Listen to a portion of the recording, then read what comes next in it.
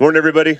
I'm Rob Allen, Deputy Incident Commander for those folks that are out there. For the folks down at the Selma Spike Camp, you got the pleasure of having Chris Schulte down there this morning to give a little leader's intent when we're done here with this briefing. I wanted to start this morning just talking about change. Change is what we've been looking at for the last couple of days. We started out doing this as a transition from the Gardner Complex to the Taylor Fire, and then we transitioned to taking the Taylor and the Klondike, and then coming up shortly here the next few days, we'll start making a transition to another incident management team.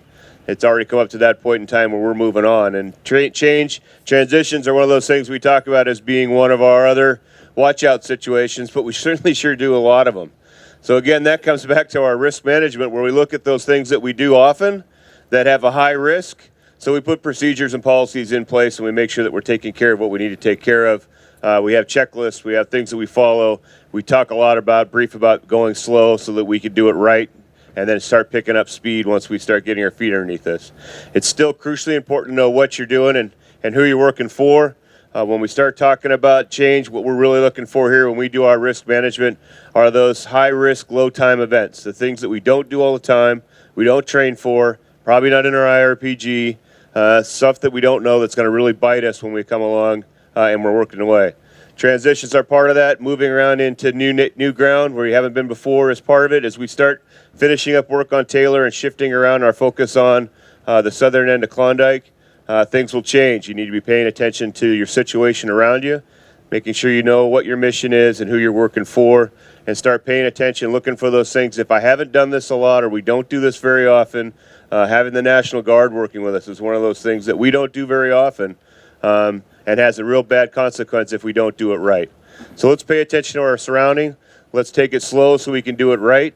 Have a good day out there, and let's take care of each other. Thank you. Hey, good morning, everybody. Todd Abel doing night ops out there. I'll just kind of give you a quick overview of what we did last night and get you guys geared up for today. We're going to start up here in Division Alpha. Fire continued to move around in there. Nothing that you guys haven't seen. It's gotten down to the Bear Camp Road and a few extra spots when you guys get out there this morning. Still had the rollout, still had the rocks on the road last night, so same conditions you guys dealt with yesterday.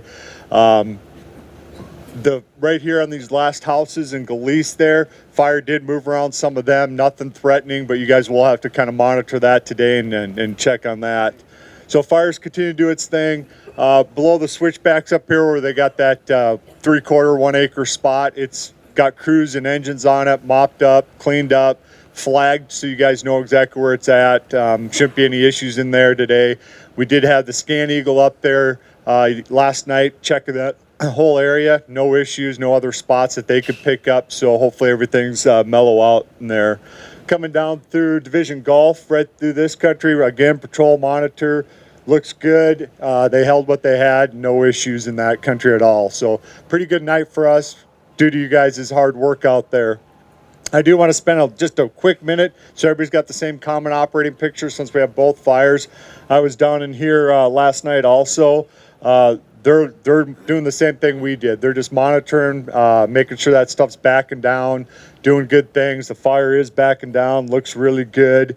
We did have a dirty flight, probably 7 o'clock, 8 o'clock last night before it got too dark. There is a little bit of movement in this country here. They did find a little spot right here outside the line. They're going to look at that this morning when it gets some daylight, so the daytime crews will look at that. And also the dirty flight up here showed what we were seeing out there, just that slow movement of that stuff kind of coming down to Bear Camp. If you guys have any questions about any fire behavior or anything that happened last night, come see me afterwards. Thanks. Have a great day. Morning, everybody. I see Rob Allen talked about change. One thing, it seems a little darker this morning, doesn't it? It's we're moving along in the fire. One thing we're talking about in our ops breakout this morning, we can see a little bit more today, a little bit more visibility. There is a chance that we might have a little bit less smoke. You could have a little bit more fire behavior, so just be heads up today. And just want to mention that with the increased temperatures. Okay, let's talk about the fire a little bit. Let's start off with Taylor Creek at the top here over in Branch 4. We continue to do our mop up internally in here, working around the fire. We got the National Guard. We got all our resources working in here for Division Gulf or Division Victor, and they're continuing to look and make a good sweep as we work through all the way north to south in here. I'll stay on the Taylor Creek fire here. Coming up into Branch 3, Division Alpha. As you know, the main Galeese Highway is open today, so you're going to see traffic in there. But we got a little bit of finish touch up here on that Seneca property right in there, just watching that back down in there, making sure that stays in place. We've got this little piece of the Bear Camp Road here where it has a creek in between the main fire and the road. So it's a little tricky piece there that they need to finish up, and big focus on that this morning. Division Gulf on this side, continuing to hold, watching this corner, holding all along here. This has been black for a little bit. Yesterday's firing where they brought it to 340 is looking good. They put a little bit of PSD in here yesterday, kind of watching that, determining what their options are here around the Briggs cabin, and they've got a plan in place for this, or the Briggs area there, as if fire is working its way down into this particular area here.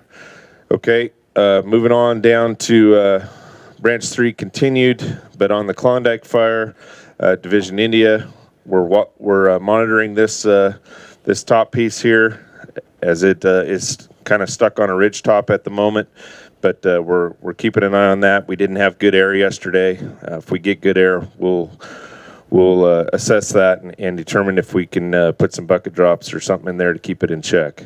Same thing on Division Kilo, monitoring from the air. On the bottom side here in Division Mike, a lot of hard work going on. They've got this prepped. The last hard piece is tying back into the Chetco bar fire along the bottom here. It's going to take 2 or 3 days of hard prep here on this section in here. They're watching this corner. This corner's a tricky spot. You got the community of Selma right there. So we're making a plan here for how we will get this corner burnt out to make that secure for all those folks to the east. As you can see, and Todd talked about, we've got a pretty skinny line here in Division Tango. We're looking to add some depth with PSD when we can in there, where it makes sense on ridge tops, letting them back down in. Okay, Division Papa has got this tricky piece in here with the private. We're making sure that this is all just backing in and doing good work as well. Contingency up on top, Branch 5. You know, that's 40 to 50 miles of prep that's going on out here, all the way from Bear Camp, all the way to Snow Camp out here, where it ties back into Chetco. So a lot of hard work going on. We've added resources out there, mechanical and hand, and we're just prepping road and getting that line secure. With that, have a great day. We'll talk to you tomorrow. Morning, Damon Schultz with Oregon State Fire Marshal's office. Today we're going to be still up in Alpha. There's still a couple of little structures up there that are just a little bit of a threat. So in order to transition out of here, this might be our last day. We're bringing in the Rogue Valley Task Force. They'll be assigned in Alpha, just kind of monitor these structures, a little bit of tactical patrol, and we'll see how that goes for the day. Thank you. Good morning, Taylor Creek. Good morning. All right, cool. And good morning to Klondike, Agnes, and what's that? Bear Camp. Okay. Hey, yeah, it's the same thing as it was yesterday. Look on your 220, and you have the lineup of the aircraft that we have over there. For you folks out on Klondike, there is a helibase at Illinois Valley Airport. And if need be, our air attack can call down there and get some air support that's a little bit closer than what we are here at Racetrack Helibase. It's just a coordination thing. I talked with the AOBD, and he is agreeable to allow us to use that equipment if he's not using it. So you have that resource down there. So if you guys have any questions, I'm in the building over here, any comments or any ways that you think we might be able to make this aviation operation any better, just come and let me know, and we'll talk about it. So with that, you guys have a good day. Take care of yourself and your people, and I'll talk to you tomorrow. Morning, everyone. Dan Bird, the IMET. Upper level ridging is increasing over us, and the result of that is temperatures are going to be up even hotter than what it's been the past couple of days, up about 3 to 5 degrees. RHs are going to be pretty similar to what you've been seeing. The winds at the ridges are going to be light out of the northwest, so once again, the smoke's going to have a hard time getting out of here today. If you look at the bottom of the IAP forecast, you'll see a little QR code on there, and for the times that you do have some internet access out there and you're slinging obs, if you maybe could take some time and send those obs to us using that Google form. And there's also an email address. And if you do have texting ability out there, you can text us obs to our email address. So we'd appreciate that while you're out there if you can do that. And just as a quick note, we are still on track for some gusty southwest winds on Friday. So keep heads up for that. Thanks a lot. Good morning, folks. Andrew Stinchfield with Fire Behavior. So big reminder today, the fuels. Fuels are very, very dry out there. It's been not that obvious recently with the smoke that's been kind of putting a damper on things. But fine dead fuel moistures are going to be hovering around 4% today. Probability of ignition is going to be around 80% today. So a little bit of a change there in those numbers. One other thing I'd like to point out, especially down here on Klondike. Here in Mike and Papa down in this corner, big change in fuel type from a lot of this other area. There's a lot of light flashy fuels down there. So if we do get something that rolls out or comes from the bottom, expect very, very fast, very active fire behavior in that area. For the rest of the fires, going to continue to back until you get some clearing. And we do expect some areas of the fire to clear today. So with that, just a reminder that we've had quite a few days here of pretty smoky, what I would say maybe as muted fire behavior, but the potential is there. It's there, and it will continue to be there for the rest of this incident.